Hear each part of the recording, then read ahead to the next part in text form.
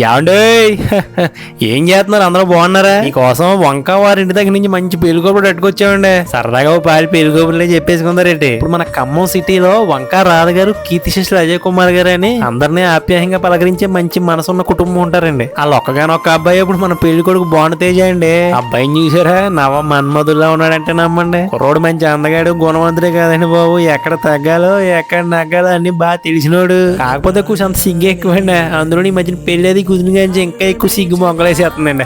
ఇంతకీ మన భానుబాబుని చేసుకునే కొందమ బొమ్మ ఎవరో కాదండి. విజయవాడ వాస్తవ్యులు శ్రీ చలవ దుర్గా ప్రసాద్ గారు, శ్రీమతి పర్వతవర్ధిని గారులని ఎలాంటి కల్మషం లేని మంచి మనసున్న దంపతులు ఉన్నారు కదండి. చిన్న అమ్మాయి డమరేశ్వరి అక్షయతో ఇప్పుడు పెళ్ళండి. అమ్మాయిని చూసారా? బంగారు బొమ్మలా ఉంటదంటే నమ్మండి. గోవుకుని ఎవరైనా తెలిసిన ఇంటికి వచ్చారనుకోండి, సగం కూర్చోబెట్టి మరీ వచ్చేసి మంచిని టీ ఇస్తుందండి. అంటే మన తెలుగింటి సాంప్రదాయాలు పద్ధతులు బాగా తెలిసిన అమ్మాయి అండి. అమ్మగారు నాన్నగారు పెంపకం అలాంటిదండి. మరి ఏది ఏమైనా అండి, ఇద్దరిని ఇలా జంటగా చూస్తుంటే ఆ దేవుడే స్వయంగా ఇద్దరిని కలిపాడేమో అన్నంత చూడముచ్చరుకున్నారండి. అందుకే ఈ అందమైన జంటకి పెళ్లి ఎప్పుడు అంటారా? ఈ ఫిబ్రవరి 19 గురువారం రాత్రి 11:33 అండి. మన విజయవాడ గుప్తా సెంటర్ లో ఉన్న వాసవి కన్యకా పరమేశ్వరి కళ్యాణ మండపంలోని పెళ్లి చాలా అంగరంగ వైభవంగా జరుగుతుందండి. ముఖ్యమైన విషయం అండి, ఈ నెల 21 శనివారం సాయంత్రం 7 గంటలకి మన ఖమ్మంలో ఉన్న కిరాణా అండ్ జాగిరి మర్చెంట్ హాల్ రిసెప్షన్ విందు చాలా గ్రాండ్ గా ఉంటాయండి. మరి తెలుగింటి సాంప్రదాయమైన పిండి వంటలో 4 రకాల కూరలో ప్రేమ ఆప్యాసలతో కలిపొట్టింగ్ చేస్తారండి. అంటే వంకవారి ఫ్యామిలీలో విందంటే మాత్రం ఆడవిడైతే ఉంటుందండి. పిలిచిన బంధువులు, స్నేహితులు, ఆత్మీయులు అందరూ కూడా చక్కగా పెళ్లికి వచ్చి భోజనాలు చేసి మంచి మనసుతో వధువులను ఆశీర్వదించాలని చెప్పి వంకవారి ఫ్యామిలీ మనస్ఫూర్తిగా కోరుకుంటున్నారండి. అదండి